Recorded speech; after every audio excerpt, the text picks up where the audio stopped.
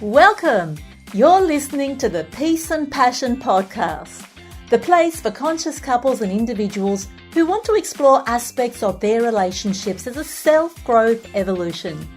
I'm your host, Iman Iskander, and I'm a couples therapist and counselling coach on a mission to shore up your relational life with useful information and tips, as well as inspiration and ideas from the great minds of our guests, so you can skillfully and confidently and mindfully navigate the relationship with yourself and with others and with all of life and its challenges. On with the show. Welcome back. Today I want to talk to you about why we need mindfulness in couples therapy. It just so happens that it's episode 10. Wow, we've made it to 10 episodes. I'm so excited that we're still here. And it's probably a good opportunity for us to review why the episode is called Peace and Passion and what does that have to do with mindfulness. You see, I have a goal, I have a mission, I have a vision. I want to bring more peace into the world and I want to bring more love into the world. And I'm doing that by working with people on their private, personal, intimate relationships and by working on themselves as well. What for? To find more peace, to find more passion, to find more calm, to find more love, to create that in the inner space and to create it between us and to create a ripple effect where we can get more peace and more love in the world.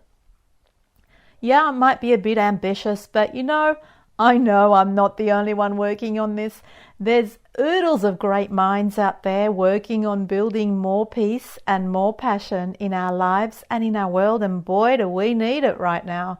With all the stuff that's happening on the international front, wars, pandemics, fighting, escalations, we need a little bit more of a pause, a peaceful time to just regroup.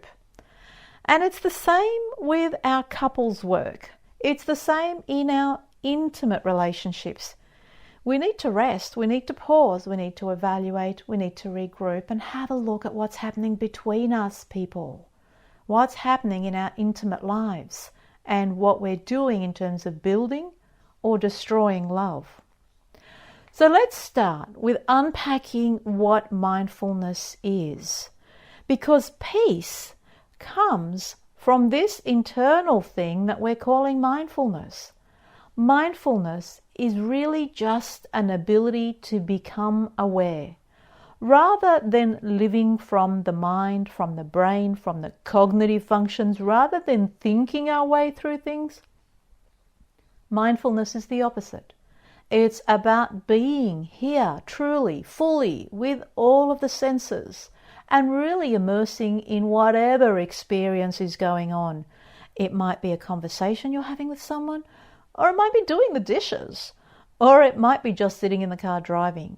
It's actually being fully present instead of having your body in one place, like when you're driving, but then your mind's off in a million other directions, thinking of your to-do list, who you're going to meet with, where you're heading to, what time is it, and you don't even know how you got from A to B most of the time.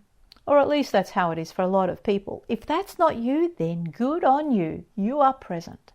But for many of us, with the busyness of things, we kind of lose the ability to be immersed in the moment. And that's what mindfulness is all about. You see, it really is just a state of awareness, and it's the way you live your life, being here right now. How do we do that? How do we get to that?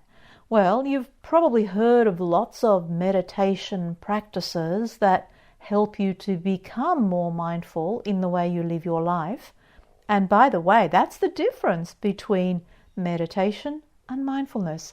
Meditation is a way to become mindful, because being mindful is just being more aware, being more present, being more here now. That's what mindfulness is. How do we do that? It's not flicking on a button. It's nothing more than just training yourself to be focused on whatever is here now. So it's really just shifting your focus. It's a focus exercise, if you like. It's about bringing your attention to whatever is happening here, now. Now, I know, if you've never done any of this sort of thing, and if you're trying to be mindful and finding it hard, then all of these words about bringing your attention back here can sound a bit scripted, can sound a bit difficult, can sound a bit, I guess, theoretical, because what we're talking about is a felt experience. It is so hard to put it into words. It's hard to explain it because it's a felt experience of being immersed in here, in now, in being present, in attending to whatever is showing up. One useful way of doing this is to give our mind an anchor, a point, a connection, a way to be rooted and grounded in something, and we train the brain to focus on it. And it just so happens that the breath is a lovely point of focus because it's interesting. We can watch it go in and out. We can watch how each breath is different. We can have the long breath and the short breath. We can have a different texture for the breath. Maybe there's even a different emotional tone with the breath. Or perhaps there's even a color with the breath. Or maybe even it's a different temperature. It might be cold as you breathe it in, but once it's gone through the body, it might be warmer as you breathe it out. So I guess there's lots of things to focus on as we're attending to the breath. And so, it sounds simple, just attend to your breath for a certain amount of time. It just so happens that that's the most difficult thing for people to do. And the reason it's so difficult is because we are trained to think. I mean, you think about it. Where in the world do we think? We think at work, we think at school, we think in strategies in how to do things, while we're thinking of the shopping list, while we're thinking of the finances. It's all about thought, and we get applauded for that. We get rewarded for thinking. And hey, by the way, I'm not saying don't think. I'm just saying choose the time to be thinking when you want to be think. But when the thoughts are front and center and you can't leave them behind, when you don't know how to be without thought, it's a kind of a bit of a problem there. And that's why we need the mindful awareness to bring our attention to what's going on in that inner landscape, in that inner domain of us. You know what Harry did? Let me tell you about Harry. Who's Harry, I hear you asking? Harry is a composite of all of the people I know. He's everybody, and he's actually nobody. He doesn't exist. He's a composite of everybody.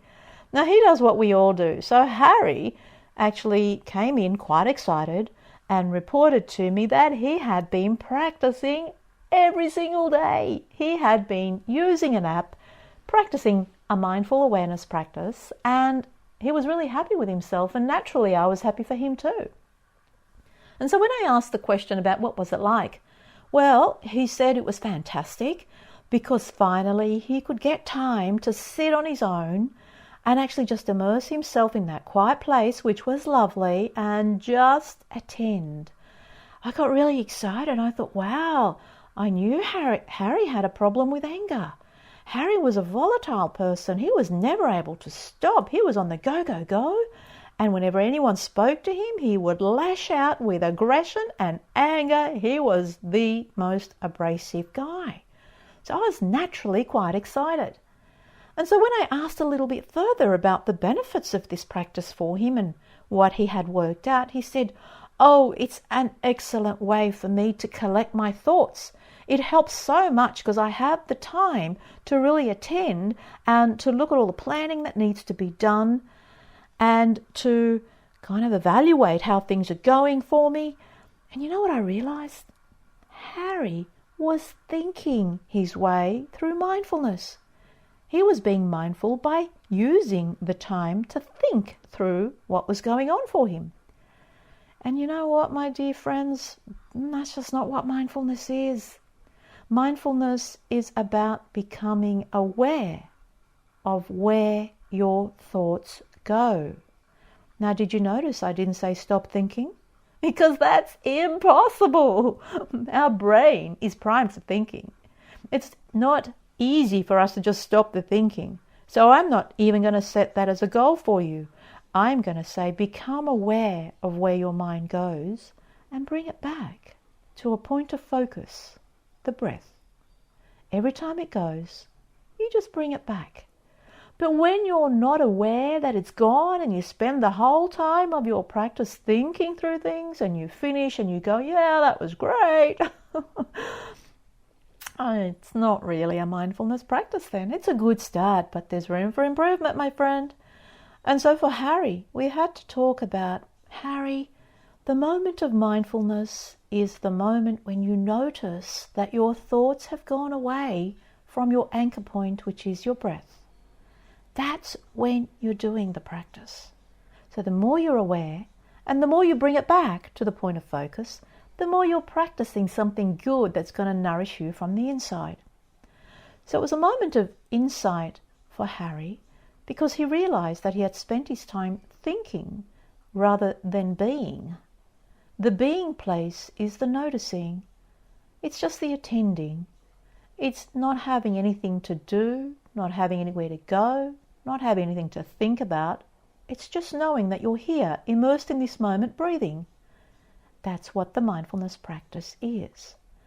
Now, ideally, what we want is when you start to notice where your mind goes, whether it's on your to-do list or the bad relationship or the crying baby or the boyfriend who's said something mean to you or the girlfriend who's just walked out, any of these things, when we notice where our mind goes, we can be more compassionate. Because what often happens is that we're not very nice to ourselves and we judge ourselves and we evaluate ourselves. We're kind of mean to ourselves a lot of the time. And when you notice how you think and how you speak to yourself on the inside, wow, we can bring on that other beautiful inner quality called compassion. And we can attend to ourselves in a different way. We can choose to attend to ourselves in a different way. And that's a byproduct of mindfulness. That's ever so beautiful. We don't even do it to build compassion, but it just happens that way. That's why I think everybody needs to practice mindfulness, because that peace you're looking for, that love you're looking for, it starts with you. When you practice mindfulness, then you naturally grow those qualities inside and you apply them to yourself first. Because when you have them to give yourself, then you can spread them out and give them to everybody else. It all starts with you. Building the capacities inside of you. Giving them to you as a little gift. Why not? Let's turn our attention now to why the practice is so important in relationships and particularly in couples therapy. A lot of what happens in couples therapy and in relationships, I guess, it's kind of dysfunctional patterns between people, things that are not working, things that are not so okay, and we want to change them. But when we're in living, doing mode, we get to be reactive and we don't even notice these patterns. Oh, we might notice them, but we don't know how to break out of them. And so here comes mindfulness, this lovely quality, which is all about immersing yourself in what's here, becoming aware of the pattern, and then slowing things down so you can intentionally choose how you show up. You don't have to go from 0 to 100 in your responses. You see, Harry was angry. He was an angry guy, and he said to me, I go from 0 to 100. I can't stop this anger. That's just the way I am. You'll just have to accept me, he said. Well, not to me, to his partner. But essentially it was just about, I can't change it. That's just how I am. My dad was angry and my mum was angry and I've just learnt anger. And so I'm angry. I don't think it's a great thing, but I don't know how to stop it. And so when we introduced mindful awareness, he became aware of the moments when he was feeling like he was going to explode. And that's important for anger, that you nip it in the bud before it happens. We also noticed the impact it was having on his partner. Sally was not in a good way. She was living with fear because you know what? Angry men make women fearful. Just like angry women might make men fearful. But in this scenario, Sally was scared because he would get really angry. She wasn't used to being around anger. It wasn't in her family. She was a softly spoken person. So what did she do? Oh, she withdrew. She shut down. She didn't want to be around that energy. And that's the impact it was having on his relationship. She was slowly withdrawing. She was slowly living her own separate life. So there was no relationship. They weren't being relational. But with mindful awareness, when you cultivate that inside of you, you get the ability to choose how you respond. It provides you with the ability to slow down and pause and reflect and then choose a response that's more appropriate. If you don't want to be scaring your partner, then you just might want to show up differently, with a bit of calmness, with a bit of tenderness. You might want to say things in a way that invites them to communicate with you. And that's true not just of anger or any of these other things that creep up in between people in relationships. It's true of worry as well. When you're the worrying kind of person and you notice that when you stop and pause to do a mindfulness practice, your thoughts take you to worry land, where you are thinking about things in the future that could happen that are not so good. That's why it's worry. If they were good things, you'd get excited. But when you think about things that could happen in the future, mind you, they're not happening, but you're saying they could happen, then you can get caught up in that ruminating pattern of worry about things that haven't happened yet. And you know what happens to relationships then? Well, there's a pattern. You notice the impact of the predicting the worst possible outcomes. And you notice that there's rumination, that you're caught in your own train of thoughts. And if it's gloom and doom and worry about the relationship or worry about something else, it might lead you to avoid once again. Or maybe you'll just tread on eggshells and feel really unsure and uncertain of what to say and what to do. And so that is never a healthy thing in a relationship, because we want you to show up with your whole self authentically and have a good conversation. But with mindfulness practice, regular practice, I'm not talking about a day here and a day there, regular practice, we can change the neural circuitry in the brain. We can rewire our brain so we're more able to notice the patterns. We're more able to notice where the thoughts go, and we can make decisions from that. It's just about the awareness piece. It's not about getting somewhere or being someone. It's just about being right here, noticing what's going on. And when you notice where your mind goes, you can actually make a choice to take it somewhere else if you want. Or you can just choose not to engage with those thoughts. Let them go. Know your pattern and say, hey, that's not me. That's not useful. And let them go. You don't need those thoughts. So it's not about engaging with them. It's letting them be, letting them go. That's how you become mindful. But before I finish this little podcast today, it wouldn't be right for me not to talk to you about the biggest benefit of mindfulness. And that's the impact it has on handling emotions. We've already talked about worry, and we've already talked about anger, and we've demonstrated that you can use the practice to help you contain those big wobbly emotions. You see, it really is an internal skill in handling emotions. Emotions happen in an arc. We talk about the emotional arc. Emotions tend to rise inside of you, and they peak and then they fall. With mindfulness, you're able to watch this arc. Not engage with it, just watch it like an observer and let the emotion move through you. It doesn't have to own you and control you, just move through you. And that is something that's beautiful if you can build those skills inside of you. And I know you can, using a mindfulness practice. What do we mean by a mindfulness practice? Yes, I know there are many, many apps out there, and they are useful as a starting point. So I would recommend using the apps. If you want some help about finding the right app, you can look on my website, or you could even send me a DM or a message. The other way is to move past the apps and perhaps to do longer practices on your own, just free falling, or maybe a guided practice where someone's talking to you, but a bit longer than the 15 minutes that some apps provides. So we want you to be practiced for longer periods, and we want you to be doing it for longer each day. Maybe aim for 30 minutes or even longer. But let's go for 30 minutes per day.